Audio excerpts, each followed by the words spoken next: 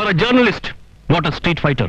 അപ്പേട്ടൻ ഈ കാര്യം മുത്തശ്ശിയുടെ മുമ്പിൽ ഊതി പെരുപ്പിക്കൊന്നും വേണ്ട. മുത്തശ്ശി, കൊല്ലാൻ വരുന്ന പരീതിനോട് ഞാൻ എഴുത്തുപുര വീട്ടിലേതാണെന്ന് പറഞ്ഞിട്ട് എന്താ കാര്യം? എന്റെ നാട് പോലൊരു കോളം കൈകാര്യം ചെയ്യുന്ന ഒരു ജേർണലിസ്റ്റിന് ഇത്തരം സംഭവങ്ങളൊക്കെ നേരിടേണ്ടി വരും. അത് അറിഞ്ഞുകൊണ്ട് തന്നെയാ ക്യാമറയും തൂക്കിയിട്ട് അലിഞ്ഞു തിരിഞ്ഞടഞ്ഞ ഇത്രയും റീഡർഷിപ്പ് ഉള്ള ഒരു കോളം ഞാൻ കൈകാര്യം ചെയ്യുന്നത്. നീ കോളം കൈകാര്യം ചെയ്യണ്ട. അത് പത്രാധിപരായ നമ്മുടെ അച്ഛൻ തീരുമാനിച്ചോളും. എനിക്ക് പുറത്തിറങ്ങി നടക്കണം. അത് എന്റെ പുറത്ത് ചവിട്ടിക്കൊണ്ട് വേണ്ടാന്നേ. എന്തിനാ മക്കളെ നിങ്ങൾ ഇങ്ങനെ വഴക്കിടുന്നത്? ജേർണലിസത്തിൽ പോസ്റ്റ് ഗ്രാജുവേഷൻ ഉള്ള എത്രയോ പേരുണ്ട് നമ്മുടെ പത്രത്തിൽ. മുത്തശ്ശിയുടെ കാലയുടെ ഭാഷ അറിയാമെന്ന് എഴുത്തുപുര മുറ്റത്ത് പറയാം, ഒരു സ്ഥാപനത്തിൽ പറയാൻ പറ്റില്ല. What is this basic qualification? അക്ഷരശുദ്ധി, ആത്മാർത്ഥത, നട്ടല്ലും.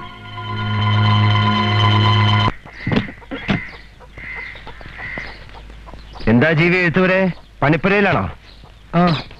മഹാഭാരത അല്ല, രാമായണം. ബെസ്റ്റ്.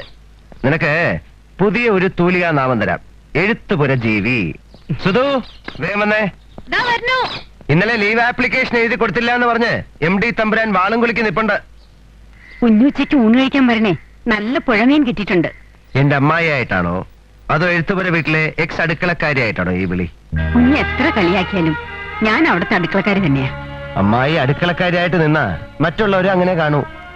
വല്യമ്പ്രാറ്റ് ഒരിക്കലും എന്നെ അങ്ങനെ കണ്ടിട്ടില്ല. ചെയ്ത തെറ്റിന് കുഞ്ഞിന്റെ അമ്മാവൻ തമ്പുരാനെ കൊണ്ട് എന്റെ കഴുത്ത് താലി കെട്ടിച്ചില്ലേ, ആ സ്നേഹം വലുതാ കുഞ്ഞേ. അതൊക്കെ ഒരുപാട് പറഞ്ഞ് ചെറുതാക്കണ്ട. ഞാൻ മുത്തശ്ശിയുടെ കാര്യമല്ല പറഞ്ഞ്. എന്റെ അമ്മ പാർവതി തമ്പുരാട്ടിക്ക് വലിയ കനവല്ലേ അമ്മായിയെ കാണുമ്പോ? ഓപ്പോസിറ്റ് ശക്തിയുള്ള ഒരു നാത്തൂൻ ഇല്ലാത്തത് കൊണ്ടാണ് എന്റെ അമ്മ നടക്കുമ്പോ എഴുത്തുപുര വീട് കിടന്ന് കുലുങ്ങുന്നത്. ചെറിയമ്പ്രാറ്റി പാവോ കുഞ്ഞേ. എടാ, നീ എന്റെ പേന എടുത്തോ? എനിക്കാരുടെയും പേന ആവശ്യമില്ല. എനിക്ക് സ്വന്തമായ ഒരു പേനയുണ്ട്, ഒരു ശൈലിയും. ഒറ്റ അടി വെച്ചെന്നുണ്ടല്ലോ മനുഷ്യനെ പോലെ സംസാരിക്കടാ. പൊടിയും വളർത്തി അടക്കവൻ. ഇതൊക്കെ ഒന്ന് വെട്ടിക്ക് അമ്മായി.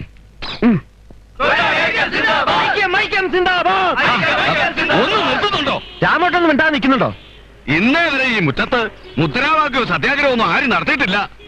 എന്റെ മോളുടെ കല്യാണ ഫോട്ടോ അച്ചടിച്ചു വന്നില്ലെങ്കിൽ അതിന്റെ കുറവ് ഞാനങ്ങ് സഹിച്ചോളാം. ഇവിടെ രാമേട്ടന്റെ നിസ്സാരമായ കല്യാണ ഫോട്ടോയോ ഒന്നും അല്ല പ്രശ്നം. ഇത് മാനേജ്മെന്റ് പുതിയ മൂരാച്ചിനെ നടപ്പിലാക്കുന്നതിന്റെ സൂചനയാ. അത് മുളയിലെ നുള്ളയില്ലെങ്കിൽ ആപത്താ. വാസുവട്ട മേനോ അദ്ദേഹത്തെ കാണാൻ പോയിരിക്കല്ലേ, അതിനുമുമ്പ് എന്തിനാ ഈ സമരവും എങ്കിലാവുളിയൊക്കെ? പോറ്റി, താങ്കളുടെ മേൽശാന്തിയോ കീഴ്ശാന്തിയോ ആയിരിക്കാം. ഇവിടുത്തെ പ്രൂഫ് റീഡർ ആണെങ്കിൽ തൊഴിലാളികളോട് നിൽക്കണം. രാമൻ നായർക്ക് പരാതിയൊന്നുമില്ല സർ.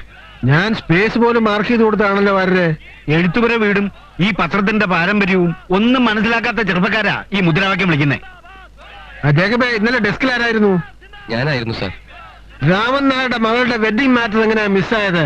സാർ അത് കൊടുക്കണ്ടെന്ന് ആര് പറഞ്ഞു? ആര് പറഞ്ഞെന്ന്? We will have to face it madam. ഇതുപോലെ കുറെ പണിമുടക്കുകൾ കണ്ടിട്ടുള്ളവനാ ഞാൻ. എല്ലാം പുല്ല് പോലെ പൊട്ടിച്ച് കൈ കൊടുത്തിട്ടുണ്ട്. ഈ മാറ്റർ പ്രിന്റ് ചെയ്യണ്ടെന്ന് ആരാ തീരുമാനിച്ചത്? 15,000 രൂപയുടെ സ്പേസ് കളഞ്ഞ് ഇത്തരം സൗജന്യങ്ങൾ ഇനിയും നമ്മുടെ പത്രത്തിൽ ചെയ്യേണ്ട കാര്യമില്ല. ഞാനും അനന്തരാമനും ആലോചിച്ച ആ മാറ്റർ അവോയ്ഡ് ചെയ്ത്. ഈ മാറ്ററിന്റെ വില നിനക്ക് മനസ്സിലാവില്ല. ഇന്നലെ വരെ 15,000 രൂപയേക്കാൾ വലുതായിരുന്നു ഇവിടെ തൊഴിലാളികളും മാനേജ്മെന്റും തമ്മിലുള്ള ബന്ധം. ഒരു സ്റ്റാഫിന്റെ മകളുടെ കല്യാണ അനൗൺസ്മെന്റ് നമ്മുടെ പത്രത്തിൽ അച്ചടിച്ചു വരിക എന്നുള്ളത് ഇതുവരെ തെറ്റാത്ത കീഴ്വഴക്കമാണ്. പിന്നെ ഞാൻ ഫിക്സ് ചെയ്ത മാറ്റർ എന്നെ അറിയിക്കാതെ മാറ്റാൻ കാരണം? എക്സ്ക്യൂസ് മീ സാർ, പത്രാധിപര് ന്യൂസിന്റെ എഡിറ്റോറിയലിന്റെയും കാര്യം മാത്രം ശ്രദ്ധിച്ചാ പോരെ? പരസ്യത്തിന്റെ ചാർജ് എനിക്കല്ലേ സാർ? ഈ പത്രത്തിന്റെ പാരമ്പര്യം തെറ്റിച്ച് പരസ്യം അച്ചടിക്കാൻ തനിക്കാരോട് അധികാരം തന്നത്? അച്ഛാ, he is our advertisement manager. No, he is your manager. നിന്റെ വിവരക്കേട് മാനേജ് ചെയ്യാൻ നീ ബോംബെയിൽ നിന്നും കെട്ടി എഴുന്നള്ളിച്ചു കൊണ്ടുവന്ന സഫാരി കോലം. പരസ്യ കോമാളി, താൻ മാനേജ് ചെയ്ത് കുത്തുവാളടിപ്പിച്ച കമ്പനികളുടെ മുഴുവൻ ലിസ്റ്റ് എന്റെ കയ്യിലുണ്ട്. അതിവിടെ നടക്കില്ല.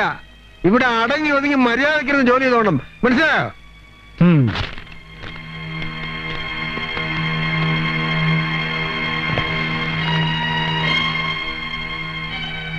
ഇത് ഇത്ര വലിയ ഇഷ്യൂ ഒന്നും ആക്കേണ്ട കാര്യമില്ല. ഇഷ്യൂ ആയി കഴിഞ്ഞു. എന്റെ അച്ഛൻ കൊടുത്ത മാറ്റർ എടുത്തുകളാൻ നീ ആരാടാ ചെറ്റ്? അനിയൻകുട്ടാ, അമ്മ മിണ്ടായിരുന്നോണം. അമ്മയ്ക്ക് ഭരിക്കാൻ ഈ വിമൻസ് ക്ലബ് ഒന്നുമല്ല. ധർമ്മക്കഞ്ഞി വിളമ്പുന്ന അമ്മയുടെ ഫോട്ടോ എടുത്ത് മാറ്റിയിട്ട് രാമേട്ടന്റെ മോടെ കല്യാണ ഫോട്ടോ പ്രിന്റ് ചെയ്യായിരുന്നല്ലോ മാനേജിംഗ് ഡയറക്ടറെ. Shut up! This is my office. You are only a sub-editor. Mind it. പോടോ പുങ്ങൻ തമ്പുരാനെ. ഈ കസലിലിരുന്ന് കറങ്ങി ലോകം കാണാൻ താഴോട്ട് ഇറങ്ങിച്ച് നോക്ക്. നമ്മുടെ പത്രത്തിന് വേണ്ടി വർഷങ്ങളായി ജോലി ചെയ്തവരാ ഇപ്പൊ മനസ്സ് വേണിച്ച് മാറിയിരിക്കുന്നത്. തന്റെ ഒടുക്കത്തെ MBA മാനേജ്മെന്റ് കപ്പാസിറ്റി കേൾക്കുന്നില്ലേ?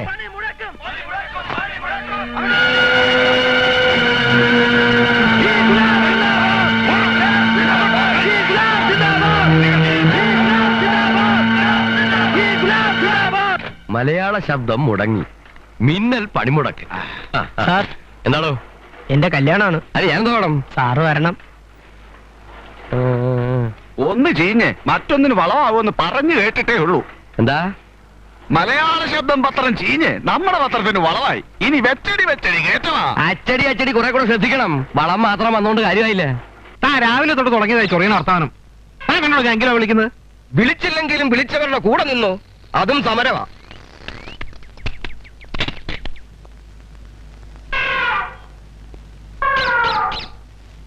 ആണ്ട അടുത്ത ആള്. എടാ ഏജന്റ്, ഇനി കൊതുകിനെ അടിച്ചോണ്ട് ഇവിടെങ്ങാനും കൂടിക്കോ. ഞാൻ പത്രോഫീസിന് വരിക.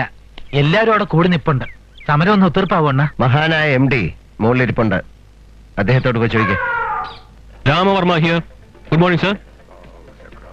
ഏയ് നത്തിങ്. ഒരു പവർ ഫെയിലിയർ. ഫ്യൂസ് മാറ്റിട്ടാ മതി. I can manage. ഓർഗനൈസ്ഡ് ഒന്നുമല്ല, ഒരു ഇമോഷണൽ കമോഷൻ. എനിക്കിതൊരു നല്ല അവസരമായിട്ടാണ് തോന്നുന്നത്. ഒരു ഫിൽട്രേഷൻ ആവശ്യമാണ്. കുറെ കരടുകളുണ്ട് നമ്മുടെ പത്രത്തിൽ. എടുത്തു കളയണം. കൈ കൈ ready.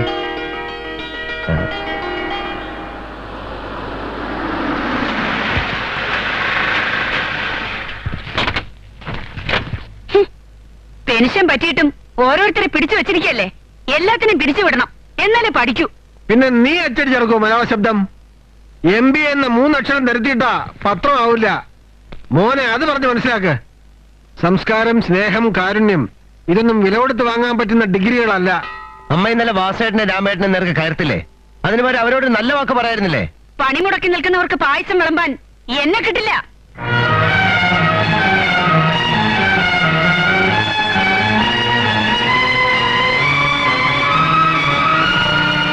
The desert air resounds the call of heart-struck lion's rage. The cloud puts forth its Muttashi. deluge. വാസേട്ടൻ നമസ്കാരം. എന്താ വാര്യരെ, ഞങ്ങളോടൊക്കെ പിണങ്ങിയോ? അങ്ങനെയൊന്നും പറയരുത്. നിങ്ങളെ എങ്ങോട്ട് വിളിപ്പിച്ചത് മാപ്പ് പറയാനാ. മാപ്പ് പറയേണ്ടത് ഞങ്ങളാ. പിടിച്ചു നിർത്താൻ ഞാനും രാമൻ നായരും ഒക്കെ ആവുന്നത് നോക്കി. ചെറുപ്പക്കാരല്ലേ, അവരുടെ ചോരത്തിളപ്പ് കൊണ്ട് പറ്റിപ്പോയതാ. എല്ലാം തീർന്നു. ഇപ്പോ എല്ലാവർക്കും മനസ്താപമുണ്ട്. വാര്യരോട് പാർവതി കയർത്ത് സംസാരിച്ചു അല്ലേ? അങ്ങനെയൊന്നും പറഞ്ഞില്ല. അല്ലെങ്കിലും എനിക്കറിയരുതോ ആ ചുണ്ടി. ദേഷ്യം വന്നാൽ സ്വാതന്ത്ര്യം ഉള്ളവരോടല്ലേ കയർക്കാൻ പറ്റൂ.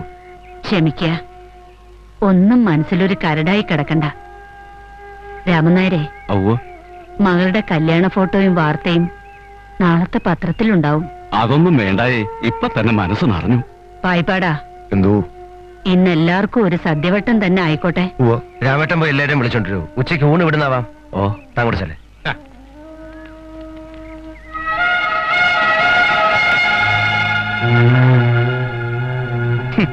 റെഡിക്കുലസ്. തിന്നോ സമരക്കാരെ എച്ചെന്ന് നിയമിച്ച് നീ എന്നോട് ഇങ്ങുലാവ് കാണിക്കല്ലേ മോളെ. പശുവിന് കോണായല്ലോ. പെണ്ണ് കേഴണ്ട.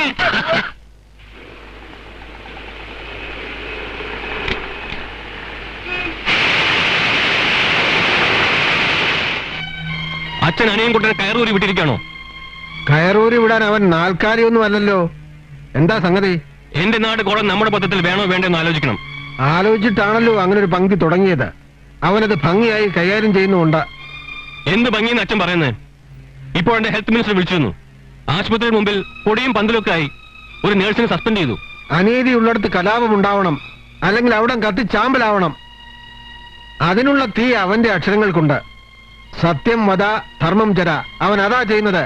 അതിന്റെ പൊരുൾ നിനക്ക് മനസ്സിലാവില്ല. നീ നിൽക്കുന്നത് എവിടെയാണെങ്കിലും ശ്വസിക്കുന്നത് അമേരിക്കൻ വായുവാ. നീ നിന്റെ കാര്യം നോക്കിയാൽ മതി, അവൻ അവന്റെ കാര്യം നോക്കിയോളും കേട്ടോ.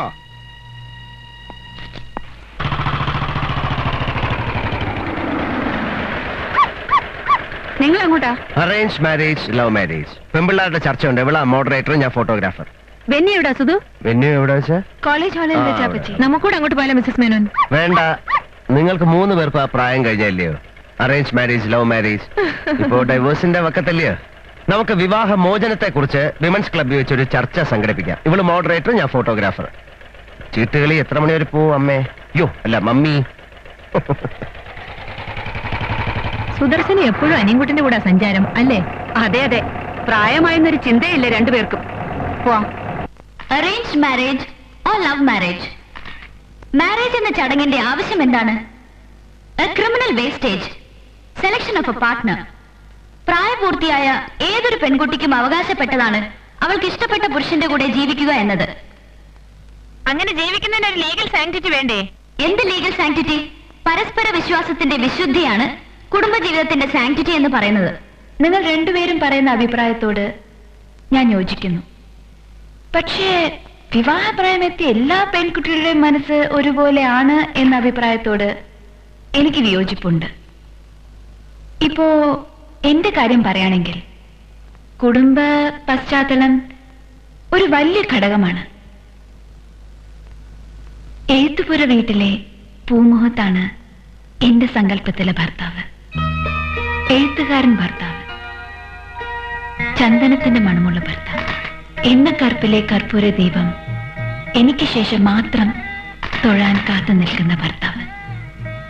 എന്റെ പരിഭവങ്ങളെ എന്താ പറയാ, കൊഞ്ചിച്ച് കൊഞ്ചിച്ച് ഇല്ലാതാക്കി ഒരിക്കലും മടുക്കാത്ത യവനമായി എന്നും ഉറക്കരയിൽ എന്നെ അനുവാദമില്ലാതെ കെട്ടിപ്പിടിക്കുന്ന ഭർത്താവ്.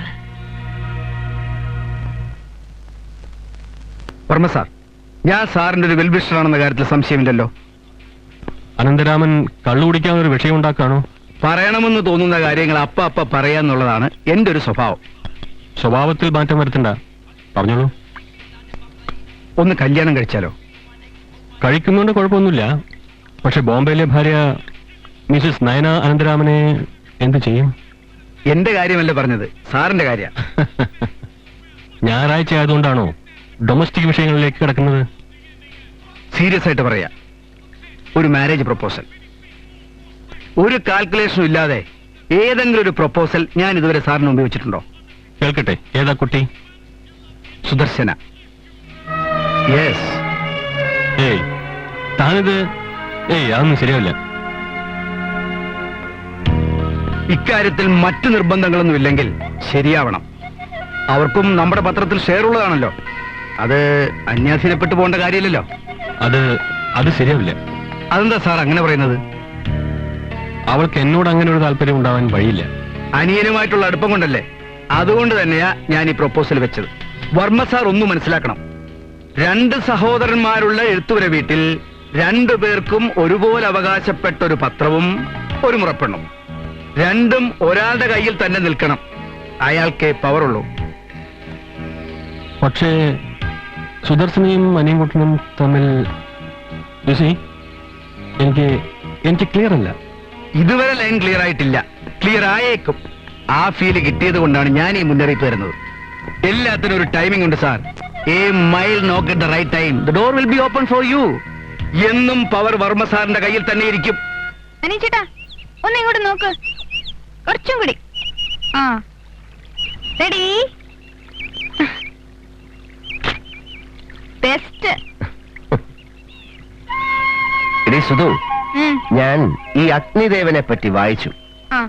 അപ്പൊ അതിലെ സുദർശന നല്ല പത്തര മാറ്റുള്ള തങ്ക കട്ടി പോലുള്ള സുദർശന.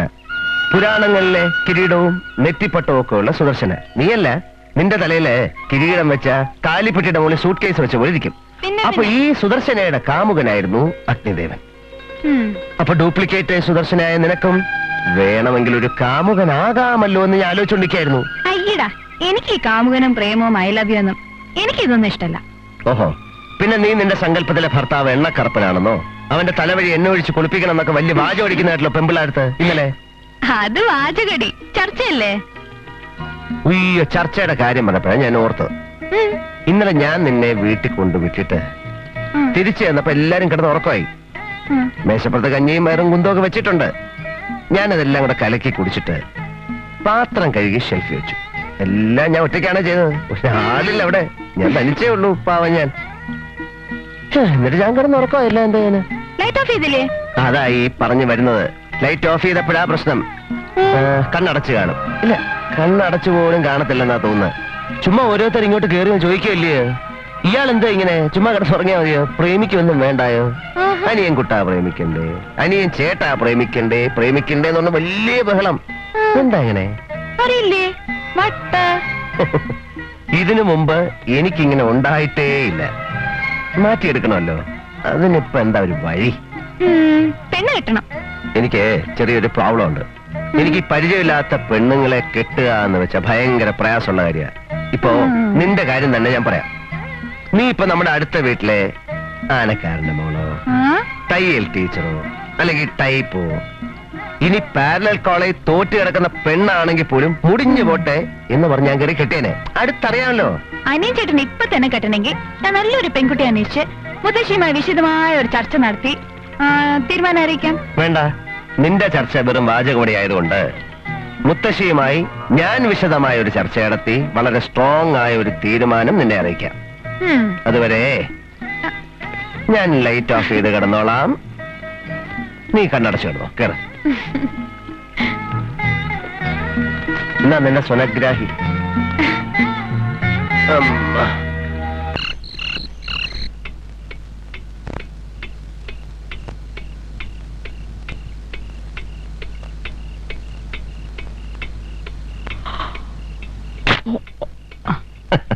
എന്താ ഇത് അനിയൻ കുട്ടാ?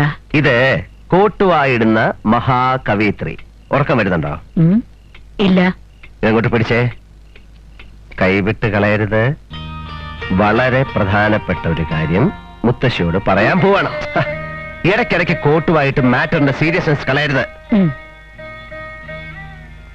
ഒരു കല്യാണക്കാര്യ പറയൂ. നമ്മുടെ സുധുവിനെ ഒരു രസികൻ ആലോചന. രസികൻ എന്ന് പറഞ്ഞാൽ ബെസ്റ്റ് ആലോചന. ബെസ്റ്റ് എന്ന് പറഞ്ഞാൽ ദ ബെസ്റ്റ് ആലോചന. ഒക്കെ ഞാൻ അറിഞ്ഞു കുട്ടി. അറിഞ്ഞോ? എങ്ങനെ അറിഞ്ഞു മുത്തശ്ശി? അവള് പറഞ്ഞോ? അവൾ ഇങ്ങനത്തെ കാര്യം പറയോ? പാർവതി പറഞ്ഞു. അമ്മയുടെ അടുത്ത് വരെ എത്തിയോ ഈ കാര്യം? ആ അപ്പൻ നേരിട്ട് പറയായിരുന്നു.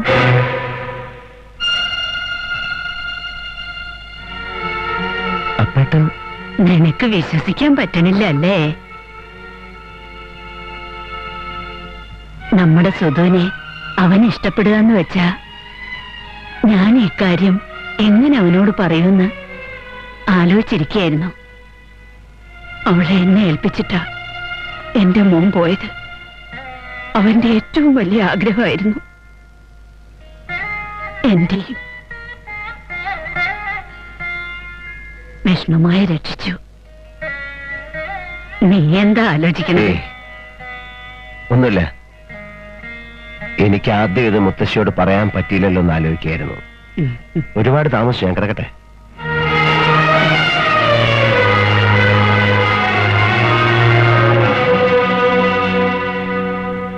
മോനെ ക്യാമറ. അനിയൻകുട്ടാ,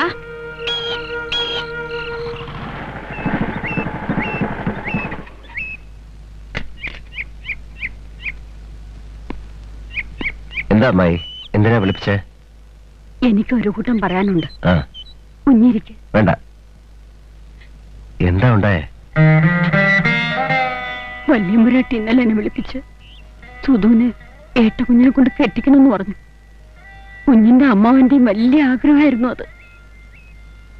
എനിക്കത് പറയാനുള്ള യോഗ്യതയും അവകാശമുണ്ടോ കുഞ്ഞ്? വിളക്കിൽ തിരി താഴ്ത്തുന്നത് പോലെ എല്ലാം മനസ്സിലൊതുക്കി കഴിയുമ്പോഴാ ഇന്നലെ വല്യമ്പുരാട്ടി വിളിച്ചത് പറഞ്ഞത്. അത് നല്ല കാര്യമല്ലേ അമ്മായി? അപ്പൊ കരയാ വേണ്ട? അവള് സമ്മതിക്കുന്നില്ല കുഞ്ഞ്. എന്താ കാര്യം? അവൾക്ക് താല്പര്യമില്ലത്രേ. കുഞ്ഞ് അവളെ പറഞ്ഞൊന്ന് സമ്മതിപ്പിക്കണം. കുഞ്ഞ് പറഞ്ഞാലേ അവള് കേൾക്കൂ. അത്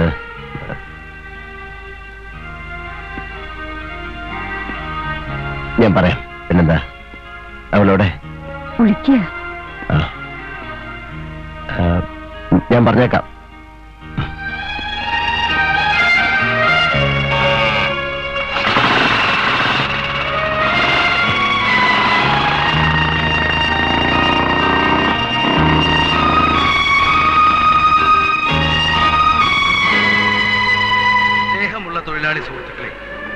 നിങ്ങൾക്ക് എന്റെ വിനീതമായ നമസ്കാരം.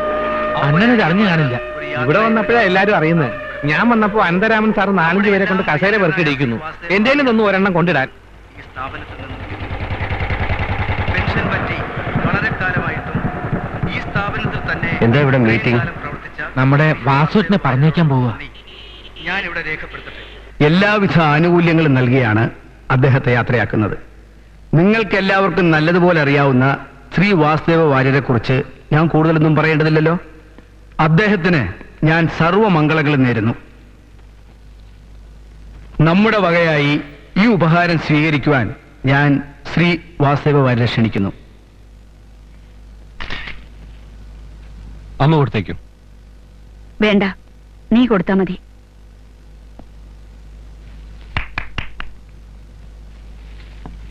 ശ്രീ വാസുദേവ വാര്യർ നമ്മളോട് 2 വാക്ക് സംസാരിക്കും.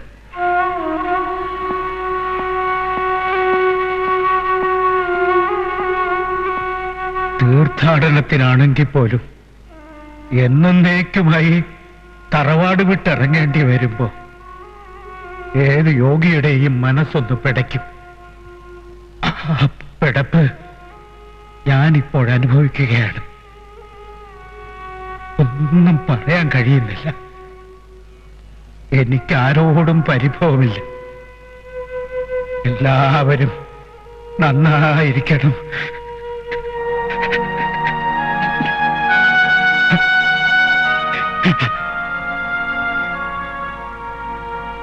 പ്രായമായ അച്ഛൻ, മരിച്ചു കിട്ടണേയെന്ന് പ്രാർത്ഥിച്ചുകൊണ്ട് മരുന്ന് കൊടുക്കുന്ന മകൻ പരിഷ്കാര ലോകത്തിന്റെ പ്രാക്ടിക്കൽ പ്രതിനിധിയാണ്. നല്ല മനുഷ്യർക്ക് പരിഷ്കാരമല്ല, സംസ്കാരമാണ് വലുത്. ഈ കെട്ടിടത്തിൽ നിന്ന് വാസുവേട്ടൻ പോകുന്നുള്ളൂ. എന്റെ മനസ്സിൽ നിന്ന് വാസുവേട്ടനെ ഞാൻ ഒരിക്കലും പറഞ്ഞേക്കില്ല. കുഞ്ഞെ